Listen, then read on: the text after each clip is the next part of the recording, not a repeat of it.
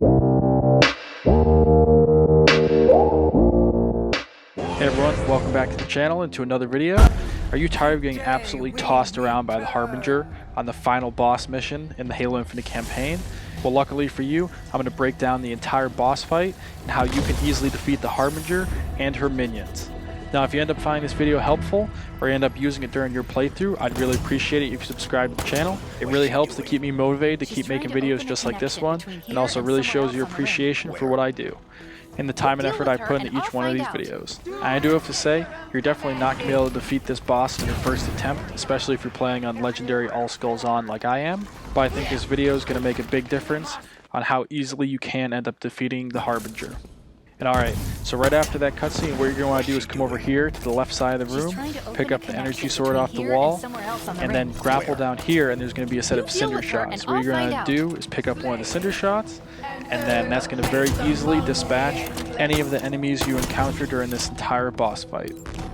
Now I'm also going to speed up each section of this boss fight where you face waves of enemies, mainly because I value your time, and I also think it's pretty self-explanatory for what you have to do to dispatch these enemies. Now, one thing to certainly keep in mind is a lot of the time these enemies will spawn right behind you, just like you saw right there. You're either going to want to have some headphones in so you can at least get some directional sound, or just keep your head on a swivel.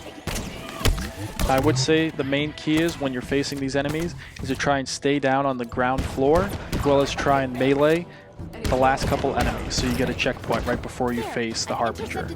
Alright, now as soon as you get the Harbinger shields down, you're going to want to shoot a couple quick cinder shots at her and then switch to your energy sword and just melee her and then grapple into her just like I am doing here.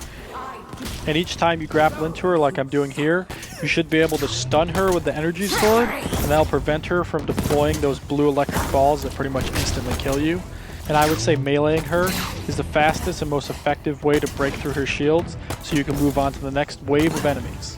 Now, I would also personally recommend that you use the grapple for this. I've seen some people use the thruster pack, but I would say honestly the grapple makes it a lot easier and a lot more controllable.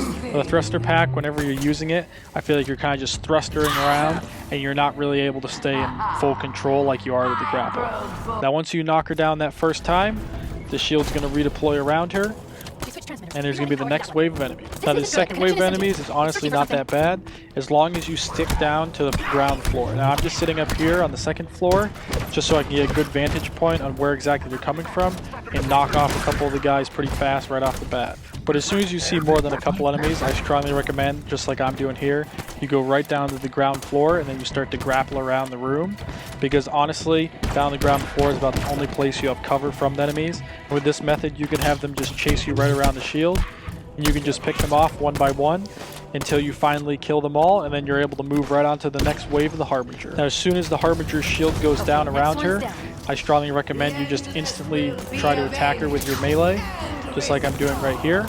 And she's going to try and dodge around, and you just want to try and grapple right into her. And she is going to be quite annoying to face, especially on the second and third wave, just because of how much she teleports around and then will instantly throw down those blue electric balls. Also, another thing to keep in mind is those blue electric balls will heat seek you, and when they deploy or activate, they will instantly kill you if you're hit by them. So you want to try to always be moving just so you can avoid them. It might take you a couple attempts, but just like with that, the Harbinger's knocked right back down, and we're on to the next wave of enemies.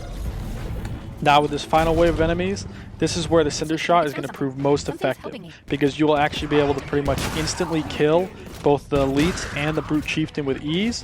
What you're going to want to do, just like I'm doing here, is shoot the cinder shot directly at their feet and try to have it bounce up maybe a foot or two behind them, and it will instantly take out whatever enemy you're targeting. And just like that, melee the last grunt to try and get some shields back, and you're on to your final duel with the Harbinger.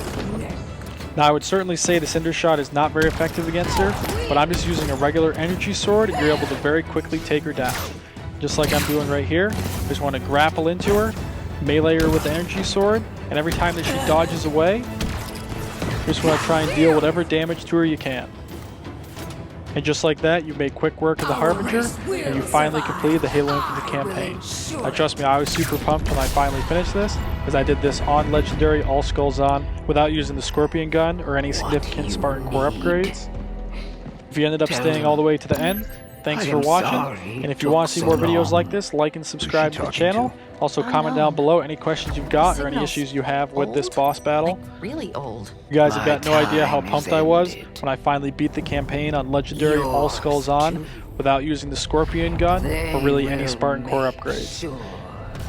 I hope this helped you guys out, and I'll see you in the next one. Peace. We need extraction. Of course you do.